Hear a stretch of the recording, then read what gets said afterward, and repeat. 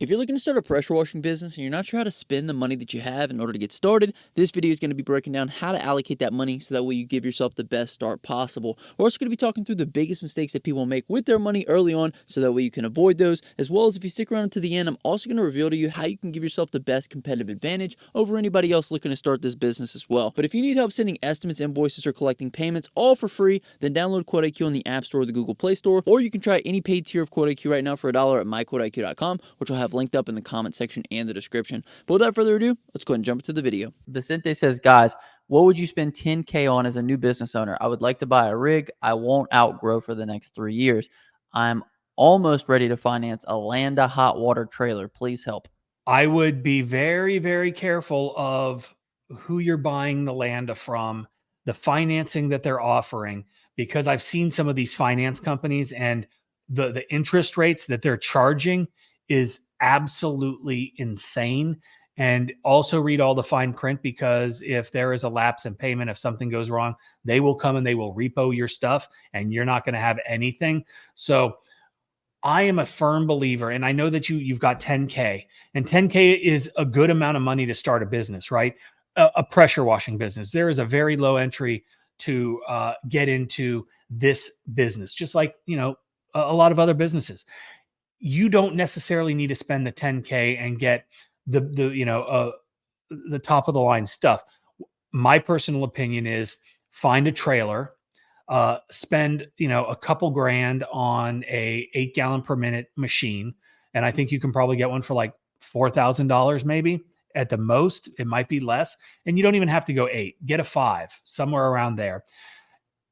Get a tank, get the bare necessities. That's what I would do. And then take a significant portion of remaining money and put it towards your marketing, because it doesn't matter what equipment you have if you don't have customers.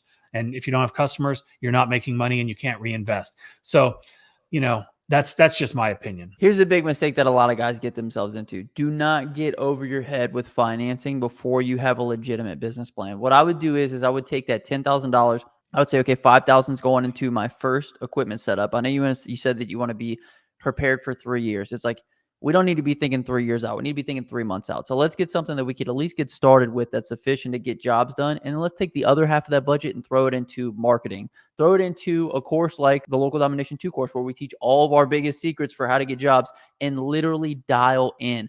Focus first and foremost on getting that initial customer base under your belt, because if you go immediately like $20,000 in debt and you don't even know if you can get customers, you don't even know if you have a viable business, you don't know what to charge, you don't know workflows, you're just going to set yourself up, in my personal opinion, to be let down. I would much rather see you spend $5,000 in that first setup and then test it out first. Make sure that you can get all the customers, and then all you do is sell that off, reinvest into a bigger one. At least you would have the foundation of your business in place. Do your market research, understand, and we don't know where you're at, right? If you're in South Florida, it might take a while to make that back, because there is a large percentage of washing companies out there. Some have been established longer, and they're going to have a bigger footprint, and they're going to have more customers, and you're going to have to fight for it. Do your market research, understand that just because you want to start a business doesn't mean that business is going to take off immediately, right? A lot of people, they go in full bore, which is great. Like, I hate when people, I need to start up my LLC, and I need to do this and I need to do that. You're already, going down the right path by investigating the different options that are out there. I would also caution people to, take a look at Facebook Marketplace and look at all of these $25,000 trailers that are on there, because, these guys got sold on, the idea of getting the biggest, greatest stuff first. And then they're like, shit, now my monthly payment is whatever it is. I don't even know. And then, I'm struggling to pay that. I'm struggling to, eat and pay my bills and pay my rent or my mortgage, my car note, like all of these things. So I would very much encourage you to, like Justin said, don't worry about 3 years out. Let's worry about that first year, right? And make sure this is viable for you in your market. Get what's enough to get you out there, get you started, and start making money. And just like we were talking about earlier, once you start making that money, set some aside to reinvest in the equipment. Yeah, nobody wants to go and, have to, buy a brand new something or other. that would be the case if you bought a 2.5 gallon per minute machine. That's not the guy who you are. Go buy a 5.5, right? Get started with that and then add on, right? That's how I would suggest you do it. Don't be, bank poor. The biggest cheat code that you can give yourself is not having any expectations to how much money you want to make within the first time period, right? I think too many guys are like, they want to completely skip side hustle and go and say, I'm going full time. I'm going to spend $20,000 on a rig. I'm full time. You don't even have a foundation. You don't have customers. You don't have an email list. You don't have anything that you need in order to be successful. So let's focus on that first 3 months, getting the equipment that we need, spending the right money into marketing, and then not worrying about making a dollar back, just reinvesting into the business until we get an actual substantial business going. That's what me and Mike did with Quote IQ. It's not like we put out Quote IQ and said, oh man, we're going to turn a profit immediately. We invested into Quote IQ for probably 2 years before we even saw anything back. And it was just like a continual investment, because the longer that you can delay that pull out of money, the stronger that you're ultimately going to be. If you immediately say, I'm going to start this business, I'm going to try to go full time, you are just going to screw yourself. So that's one thing I would say. He also said he's concerned because he thinks he needs a hot water setup for oil cleanup. I mean, Mike doesn't even have a hot water setup for oil cleanup. So it's just one of those things. I think a lot of guys will put things in their head and they're not, as big of a deal as they, like you might be thinking, oh man, I guess I can't do any gas stations. We do gas stations. We don't have a hot water setup. Mike does gas stations. You just need to understand the right chemicals. I don't even think I'm guilty of this, because I have never said, if you do this, you will achieve this.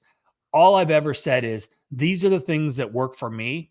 And if I feel that if you apply these same principles to yourself, and if you hold yourself accountable and you don't go half-ass at anything, then you can achieve pretty much anything that you want to achieve, right?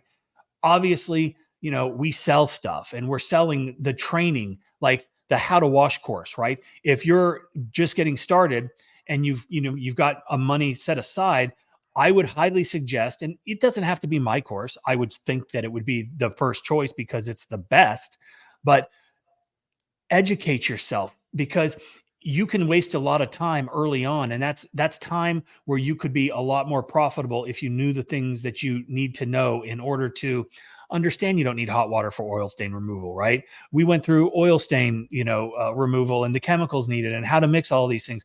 The same with the chemicals for wood cleaning and all of these things. Education is absolutely critical. And I think that it's very important to understand who you are and the dedication that you're willing to put in, because if you do anything half-ass, you're going to get half-ass results. And then the only person that you can look at and blame is yourself.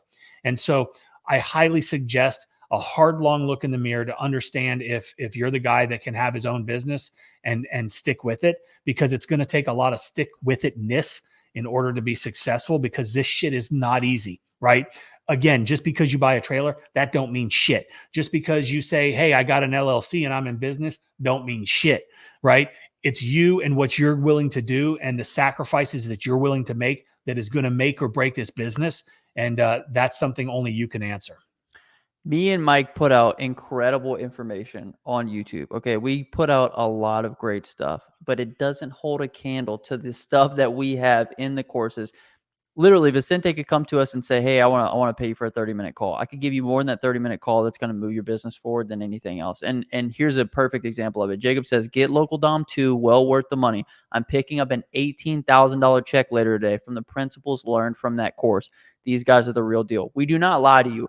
Our courses are designed to 10x your return, okay? And with Local Dom, we literally give you the blueprint for all the ways that we land $30,000, $40,000, $50,000 jobs, okay? So all that to say, prioritize some money in there for learning, for education, for spending money with people that are actually doing it, actually making big money, because that is going to cut your learning curve so much that you're just going to be able to make money a lot faster. When you say so, Mike? Yeah, I mean, I practice what I preach as well. We do. Me and Mike have paid for more coaching calls. We paid for coaching calls with people where it didn't even go anywhere, but we were willing to put in the money in order to see if it would go somewhere. Right, Mike? Dude, I'm still pissed about that one guy. We have spent thousands and thousands, but there's no limit. Me and Mike have no limit to where we'll go in order to become the best. We have no limit to what we'll listen to from the people that use our products to become the best. We have no limit to who we pay. If there was a person that we could pay that could make us another 10, 20, 30, 50 grand, like, we'd do it in a heartbeat. And that's what we offer to you guys every single day. So anyway, all that to be said, make sure you put some money in there to spend on education because it's important.